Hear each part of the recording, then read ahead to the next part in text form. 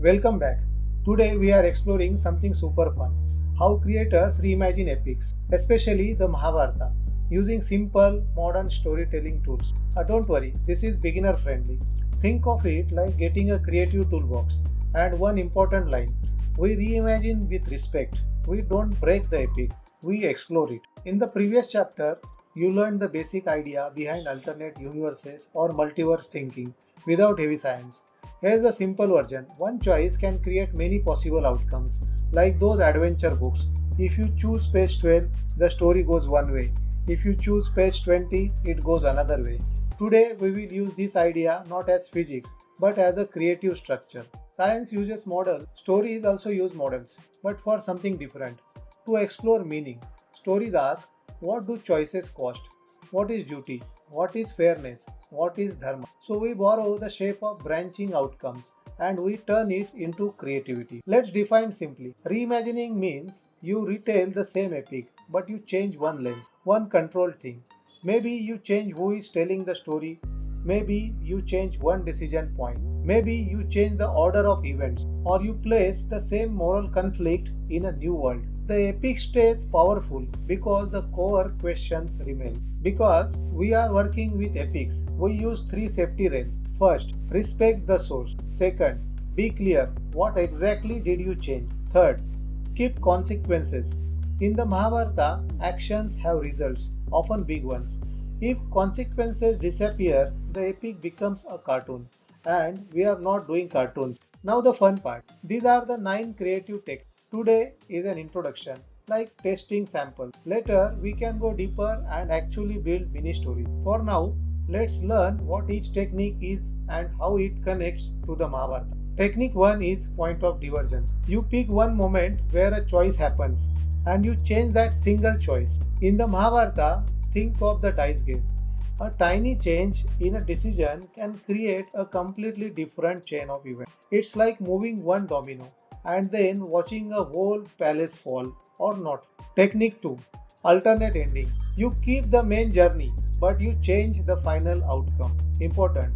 Alternate ending doesn't mean happy end. It means a different conclusion that still respects the epic's logic. The question becomes, what kind of ending fits Dharma and what kind of ending breaks it? Technique 3, perspective shift. You don't change the event, you change the narrator lens. Take the Sabha scene. From Draupadi's view, it's humiliation and injustice. From Vidira's view, it's moral warning bells. From Dhritarashtra's view, it might be fear, weakness, or denial. Same scene, totally different emotional impact. Technique 4, side character spotlight. Epics have huge casts. Many powerful stories stay hidden because we only follow the main heroes. But when you spotlight a side character, you discover new struggles, sacrifices, and motivations.